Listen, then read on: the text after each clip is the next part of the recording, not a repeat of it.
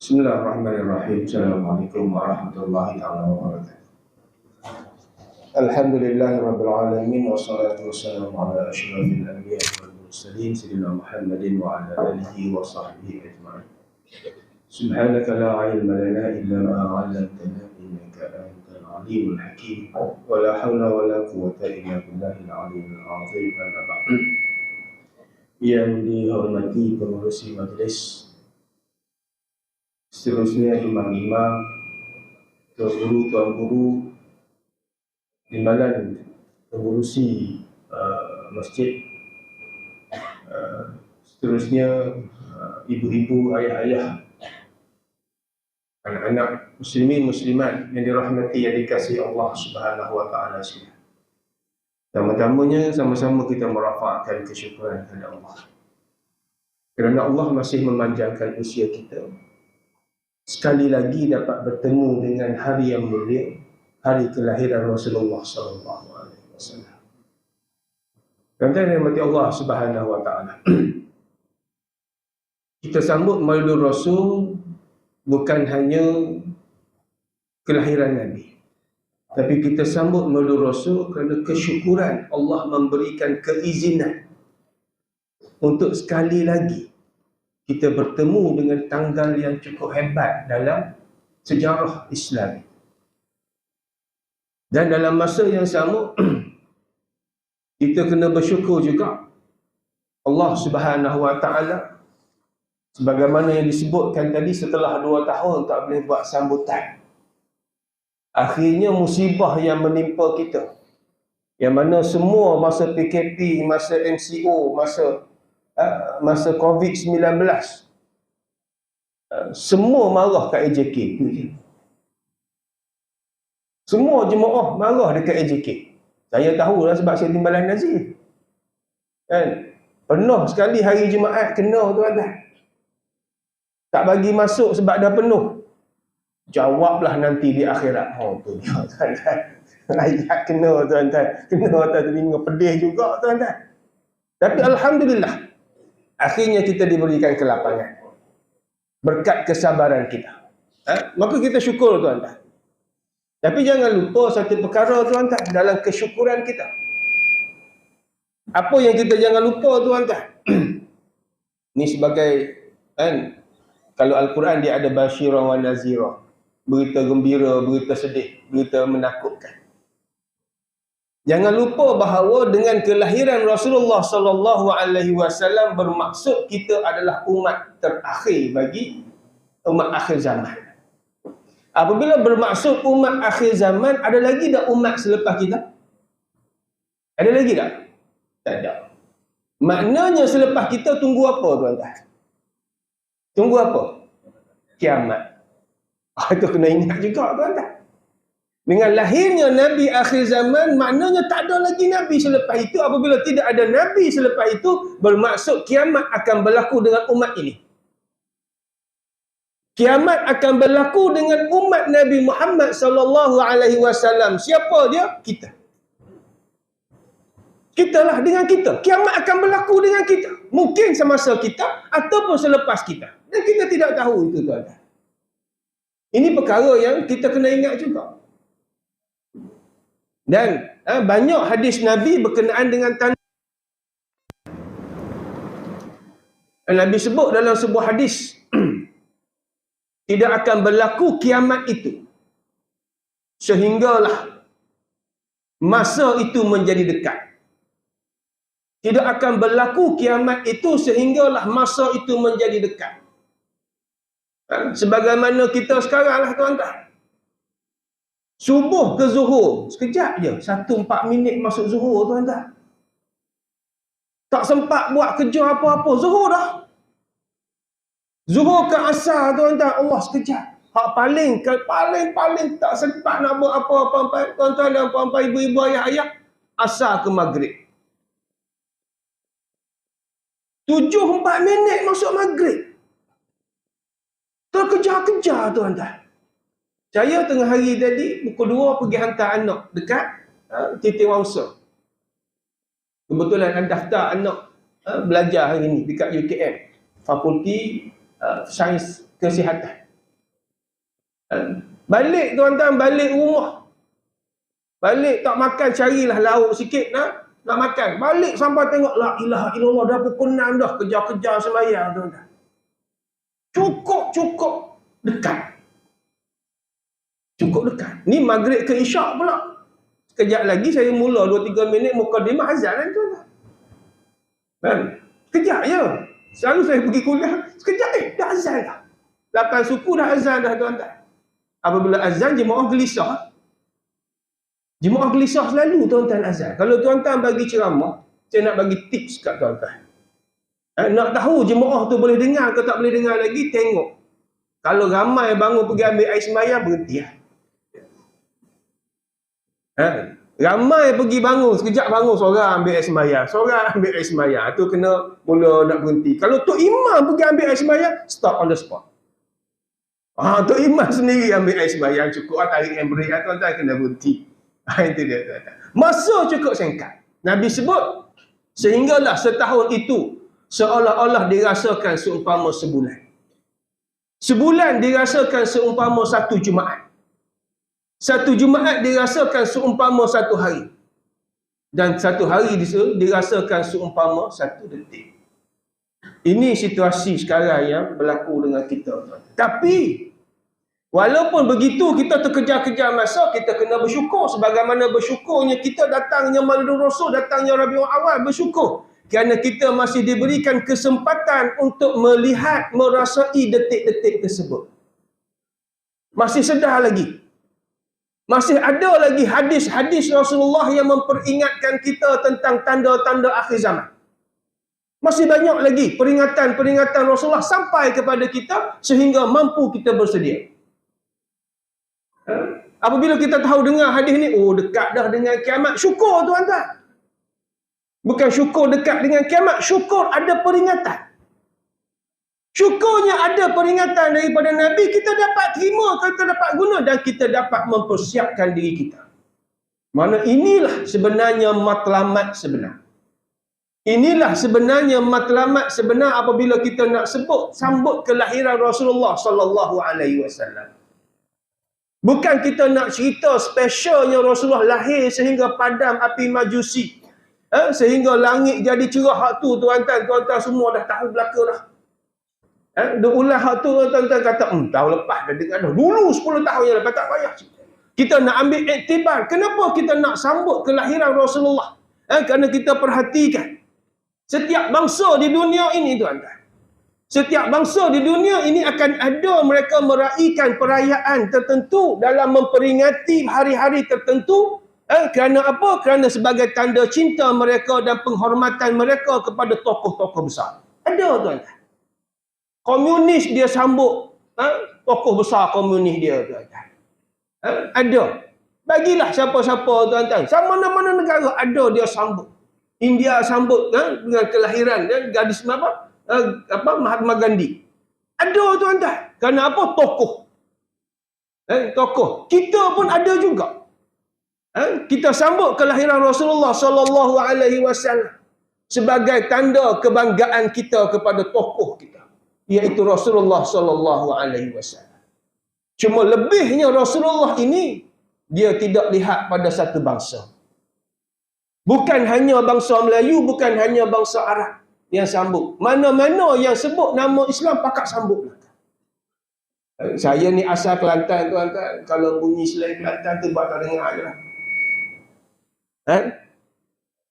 Jauh sikit. Okey.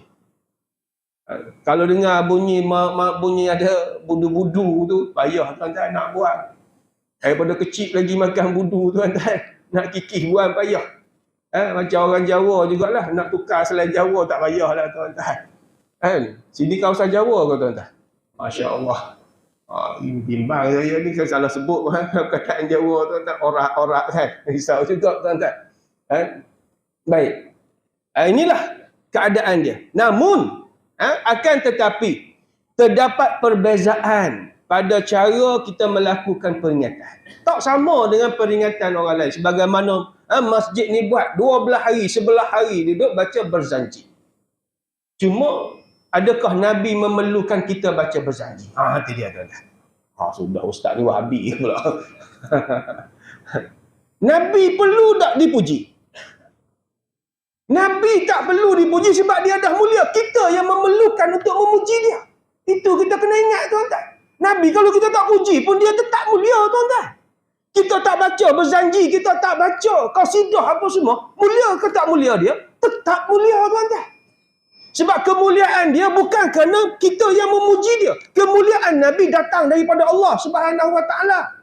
Bukan manusia yang angkat dia jadi mulia. Bukan manusia yang lantik dia jadi pemimpin. Tidak. Dia dilantik jadi pemimpin oleh Allah Subhanahu Wa Taala. Tetapi kita sebagai umat Nabi Muhammad berkehendakkan kepada memuji kepada dia. Kita yang perlu puji.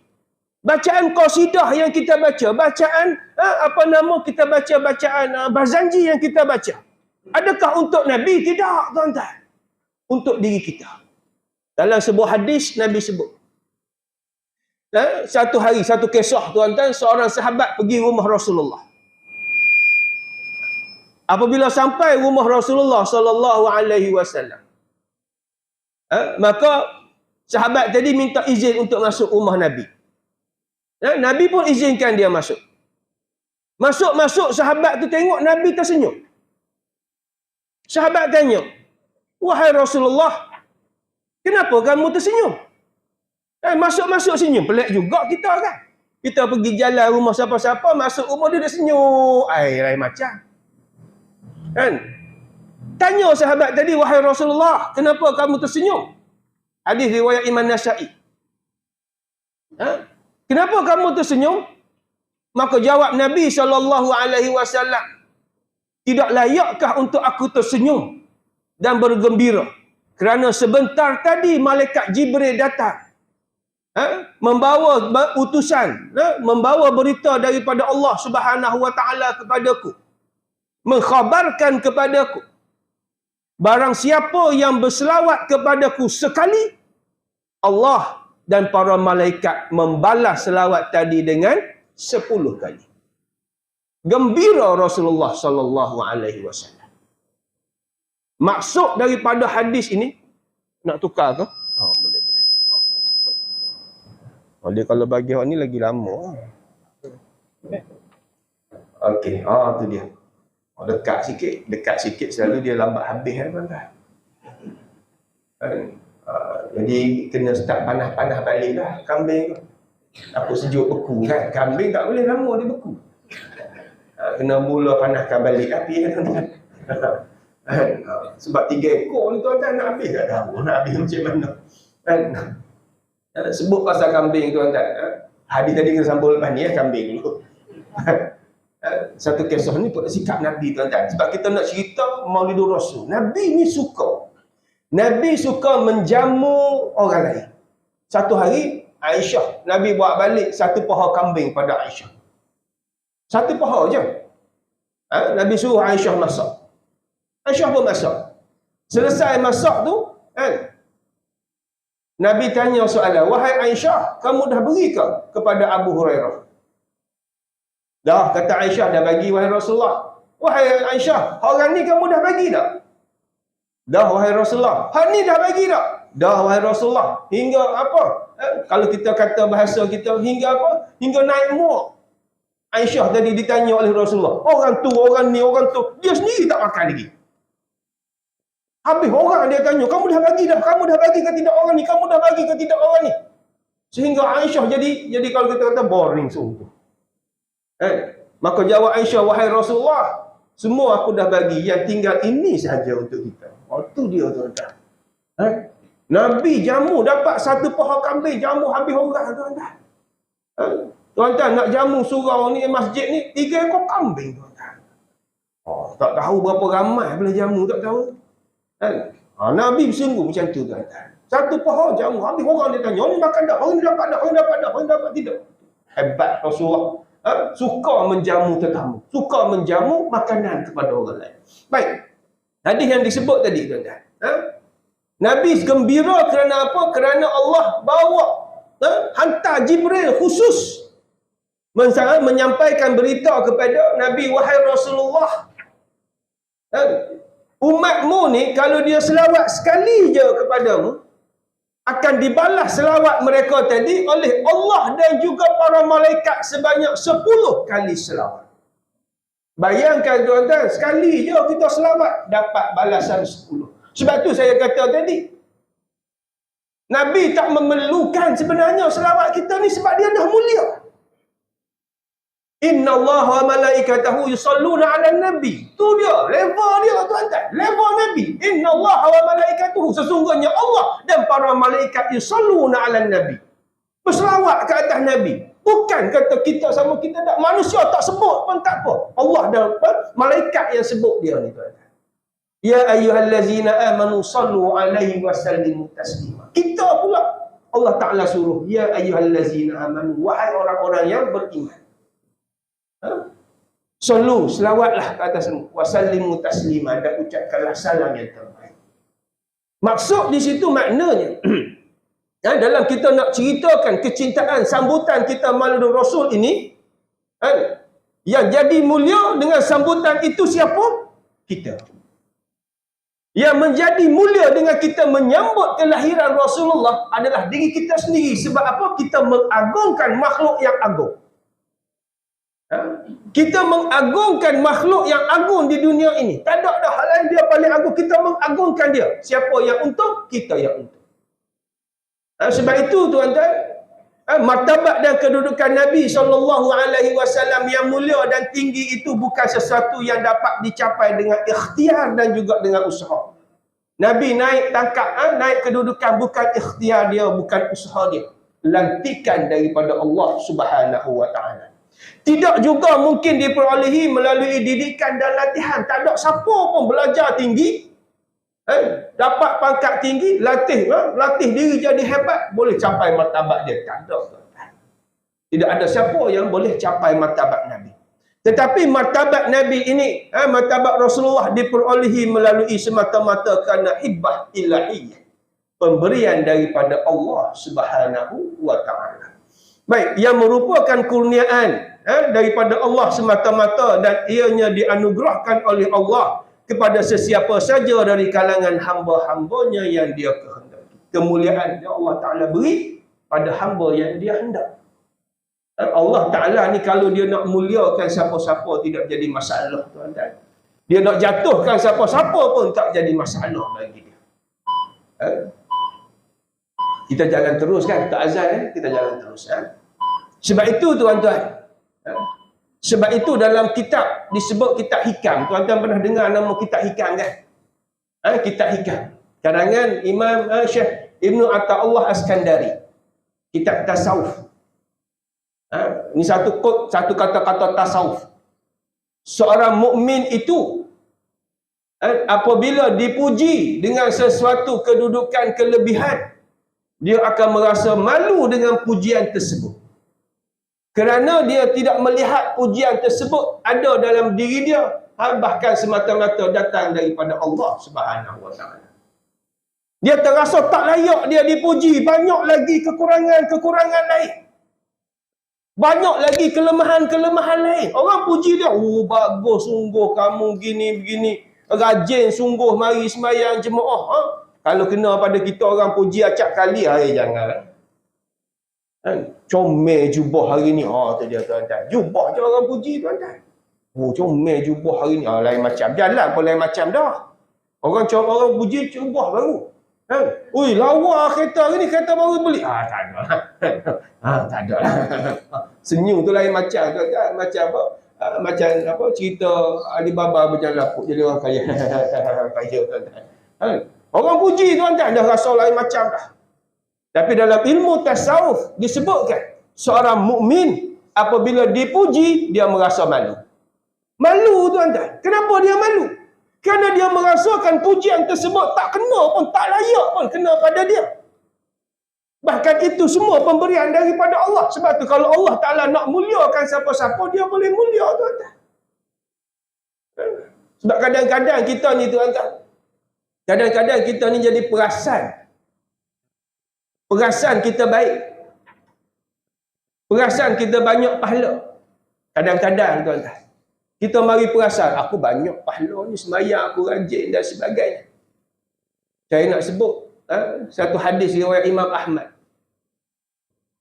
Nabi sebut, yang paling aku takut berlaku pada umatku lebih daripada takut aku kepada Dajjal, ialah riya.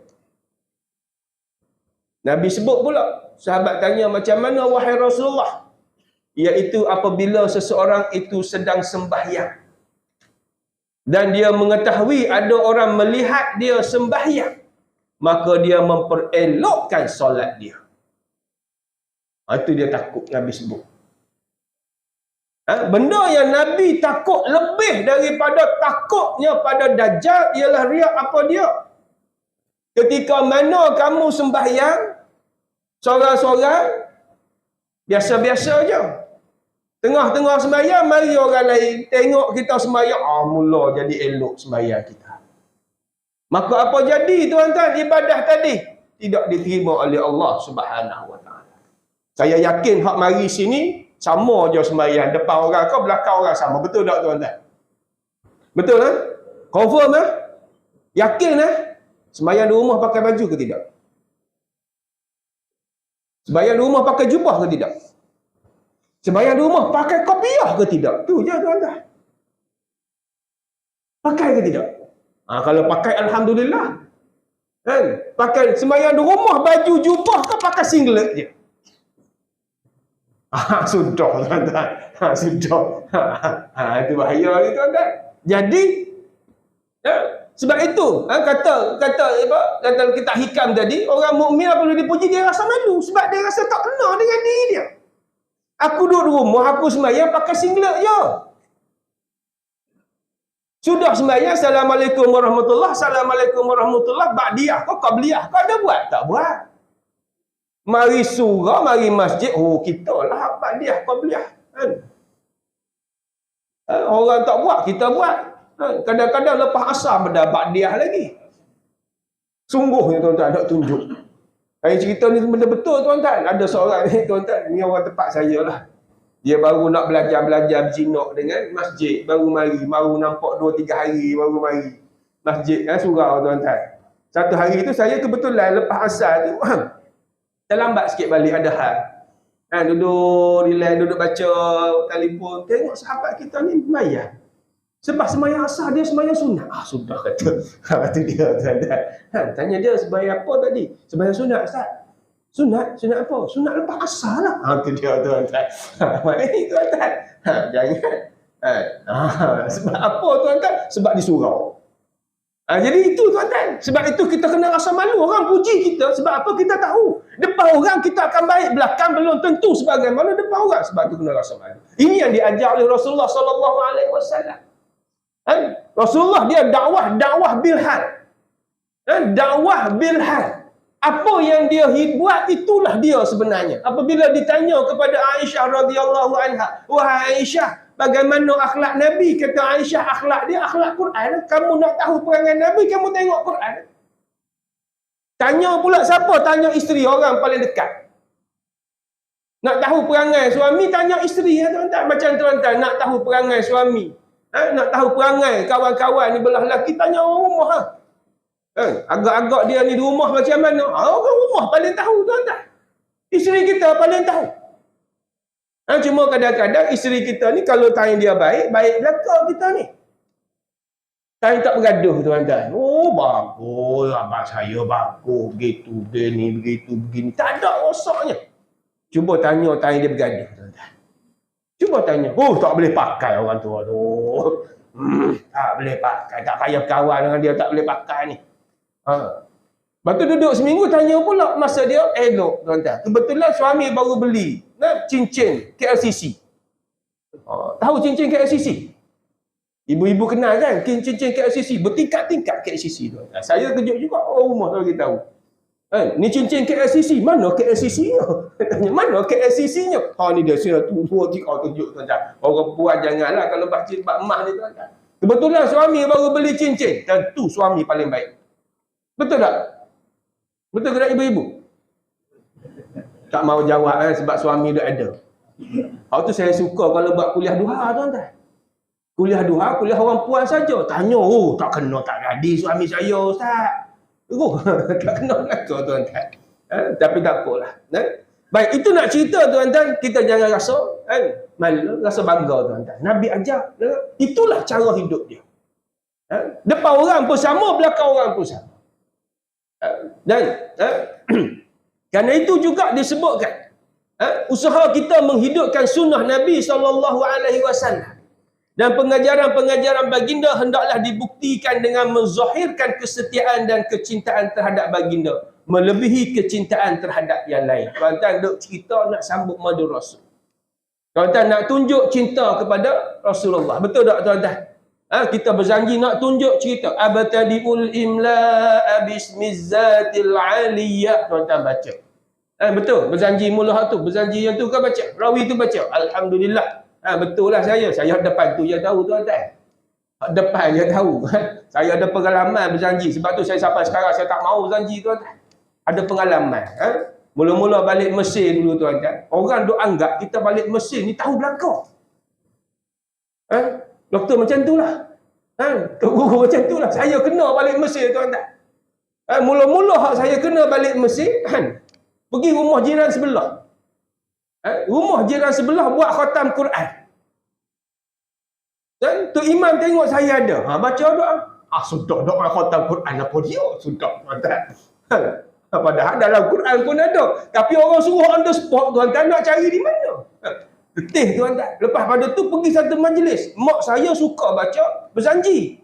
Jadi orang pun dia ingat anak dia reti juga bahasa berjanji. Dia tolak baik berjanji dekat kita. Oh sambung baca-baca tuan-tuan. Baca-baca Quran. Apa salahnya? Balik rumah marah mak saya.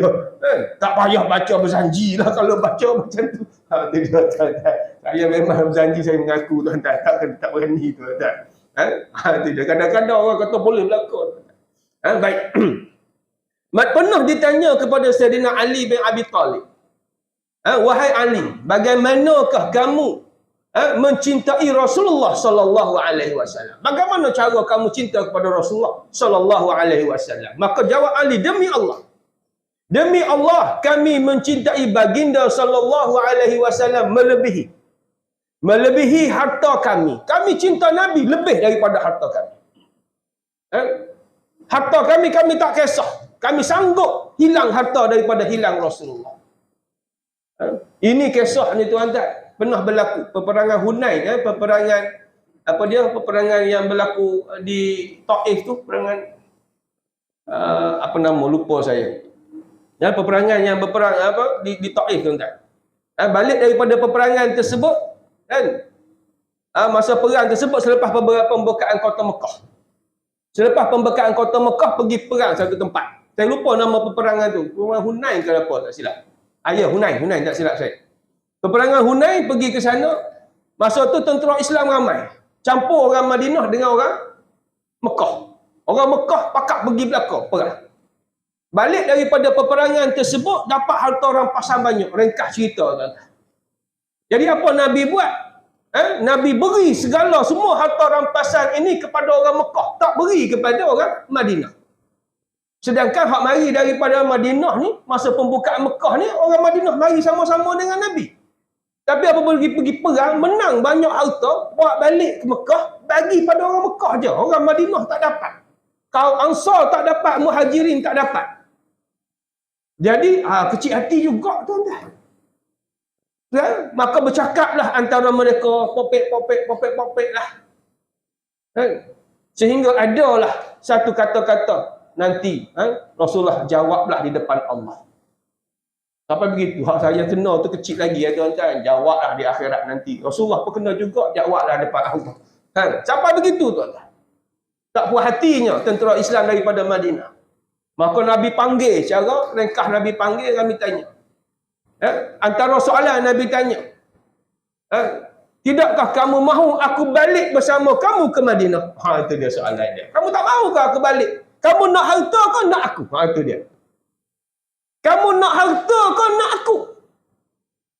Maka ketika itu para sahabat daripada Madinah hak tak puas hati tadi baru sedar balik. Insaf balik rupa-rupanya. Rasulullah ni nak balik ke Madinah, bukan nak duduk di Mekah. Maka sanggup hilang harta, sanggup tak dapat harta asalkan dapat Rasulullah sallallahu alaihi wasallam. Kerana itu ditanya kepada Sayyidina Ali, bagaimana kamu cinta kepada Rasulullah? Kata Ali, demi Allah kami mencintai baginda melebihi harta kami. Kami tak kisah harta kami. Sanggup hilang harta, sanggup habis harta kerana cinta kepada Rasulullah sallallahu alaihi wasallam. Macam malam ni lah, sanggup keluar duit 3 ekor kambing kerana apa? Kerana sambutan Maulid Rasul. Itu dia tuan-tuan. Kalau lebih hebat lagi, seekor unta, masya-Allah. Oh, kalau kata surau ni buat masjid ni buat seekor unta, masya-Allah tuan-tuan. Unta pula unta muda masuk nasi Arab Kabsyah Hashi, masya-Allah. Kalau pergi Mekah, sibuk jemaah tanya, ustaz nak makan nasi unta, nak makan nasi unta. Dia ingat makan nasi unta tu sedap sangat. Sedap tak tuan-tuan? Sedap. Sebab jarang makan tu yang sedap. Kemudian kata Sayyidina Ali lagi, lebih kami cintakan Rasulullah berbanding anak-anak kami. Anak pun tak kisah kalau banding dengan Rasulullah. Dan kami lebih cinta Rasulullah berbanding bapa-bapa kami. Masya Allah tuan-tuan. Sanggup tukar dengan ayah, sanggup tukar dengan anak. Dan demikian juga berbanding ibu-ibu kami. Masya Allah tuan-tuan. Dan bahkan air yang sejuk ketika sedang dahaga. Itu dia. Bahkan kami cintakan Rasulullah berbanding daripada air sejuk yang mana ketika itu kami sangat dahaga. Maknanya air sejuk nak minum masa dahaga, boleh sanggup lagi tukar dengan Rasulullah sallallahu alaihi wasallam. Itu cintanya para sahabat kepada Rasulullah sallallahu alaihi wasallam. Patut minum air masa panas ni, tekam air dulu baru pergi. Tak, maksudnya kalau Rasulullah pagi, Rasulullah panggil tengah nak minum air, letak air pergi dekat Rasulullah dulu tuan-tuan. Sanggup tak kita tuan-tuan? Hak sembahyang Allah Ta'ala panggil tu tak berapa sanggup dah. Azan, Allahu Akbar, Allahu Akbar. Makan dulu, dah lagi ni makan ni. Tidak tuan-tuan. Dah lagi ni. Subuh tuan-tuan, subuh. Subuh selalu dia lambat sembahyang, betul tak? Sini tunggu berapa minit? 10 minit juga. Oh, naya. Tempat saya bergaduh, pernah bergaduh. Tunggu 10 minit. Subuh tunggu 10 minit bergaduh. Tidak tuan-tuan. Tanya kenapa pula? Orang baru nak bangun pun semua dah sembahyang dah. Dah kamu bangun lambat. Bangunlah awal. Dia kira orang azan baru nak bangun. Ni ada setengah orang perangai. Tunggu azan baru nak bangun. Sanggup itu pun. Bagaimana kalau kita nak bandingkan dengan Rasulullah? Kita tak jumpa dengan Rasulullah. Tapi sepatutnya sahabat Nabi kata, Ali kata, cinta dia berbanding, cinta dia pada Rasulullah lebih hebat daripada keadaan orang yang sedang dahaga, diberikan air, dibandingkan dengan Rasulullah. Pilih hak mana? Pilih Rasulullah. Biar tak minum air pun tak apa. Itu cinta dia. Sebab itu, Nabi sebut dalam sebuah hadis, la yu'minu ahadukum hatta akuna ahab ilaihi min walidihi wa walidihi wan nasi ajma'in. Tidak dianggap beriman seseorang di kalangan kamu semua, sehinggalah dia mencintai aku ini melebihi kecintaannya terhadap siapa? Bapanya, anaknya dan seluruh manusia yang lain. Tidak dianggap beriman, tuan-tuan. La yu'minu ahadukum.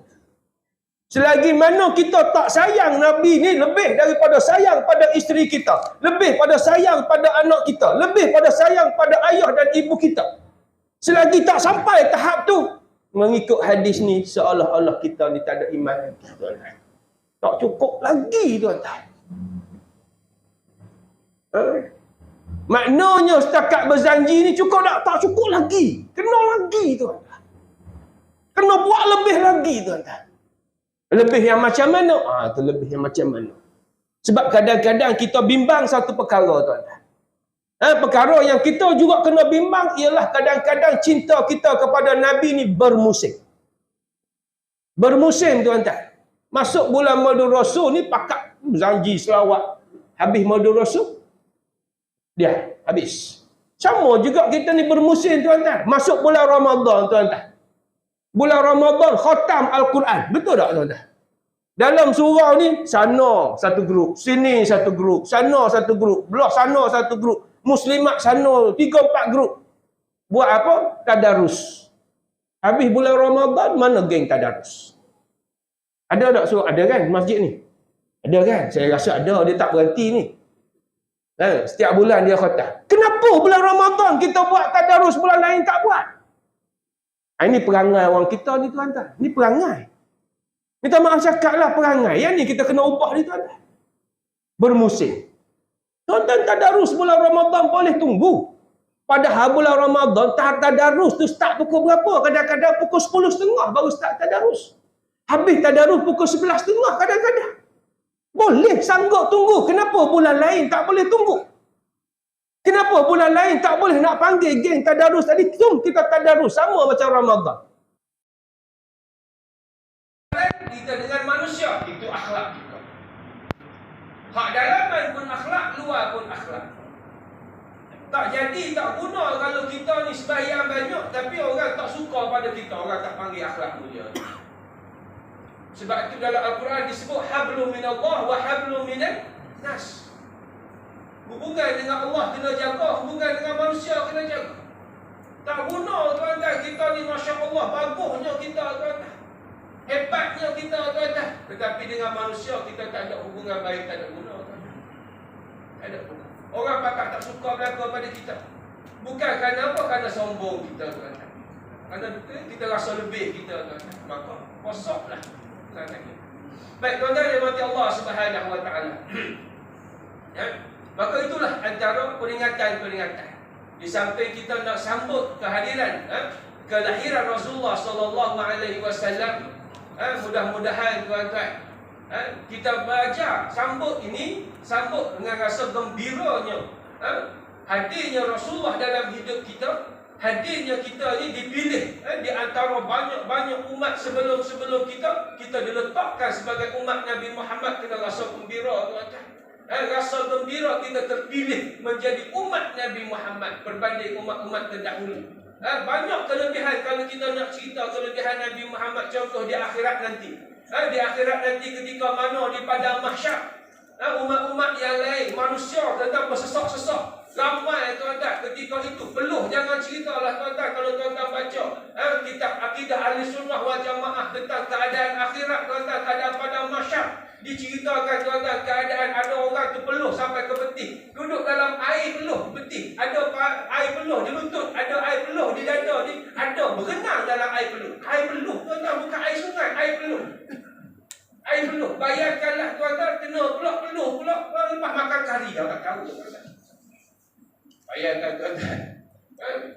Air peluh hak makan kari tuan-tuan. Lepas ni kita kari kambing tak apa tuan-tuan. Air peluh lepas makan kari tuan-tuan. Duduk dalam air peluh, berenang dalam air peluh. Ke sana jumpa dengan Nabi Adam, minta dengan Nabi Adam, wahai Nabi Adam, minta dengan Allah percepatkan urusan kami, tak tahan dah kami di padang mahsyar ni. Pergi minta ya adik Adam, Nabi Adam minta dengan Allah cepat-cepat buat kiraan kami ni.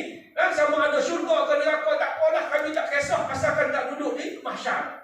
Tak duduk di padang mahsyar, nak selesai cepat-cepat. Jumpa Nabi Adam kata nafsi. Diriku. Aku sendiri tak lepas. Jumpa Nabi Musa berkata nafsi.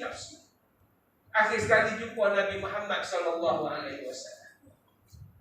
Maka Nabi Muhammad berdoa minta dengan Allah, maka disebabkan doa Nabi Muhammad bermulalah hisabnya di padang mahsyar. Ini hebat Nabi Muhammad. Ini perkara-perkara yang kelebihan yang Allah Taala berikan kepada Nabi Muhammad sallallahu alaihi wasallam. Sebab itu kita kena rasa beruntung. Beruntungnya aku duduk sebagai umat Nabi Muhammad. Beruntungnya aku. Kenapa tak duduk umat Nabi Musa? Tak payah bertikai tuan-tuan. Allah Ta'ala pilih cantik kita. Kenapa aku ni tak hidup zaman Nabi Ibrahim? Kenapa aku tak hidup zaman Nabi Yaqub?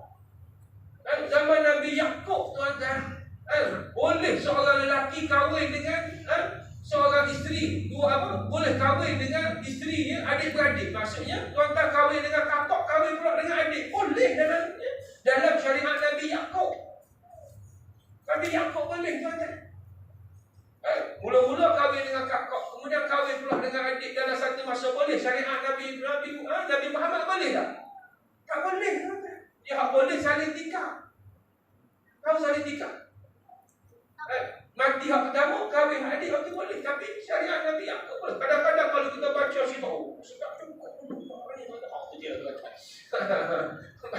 Oh, kena pula zaman Nabi Adam alaihi salam, tak ada orang gitu je atas dunia masa tu. Kenapa aku tak jadi umat Nabi Adam? Kenapa aku tak jadi umat Nabi Musa? Umat Nabi Musa kan kaya harta karun, jangan cerita. Tuan-tuan orang kaya-kaya satu. Ilmu sihir hebat-hebat. Oh, kalau aku tu hebat, aku ni ada ilmu ni tuan-tuan. Ada harta macam karun tuan-tuan. Jangan tuan-tuan. Dipilih jadi umat Nabi Muhammad, dia pun cukup untuk.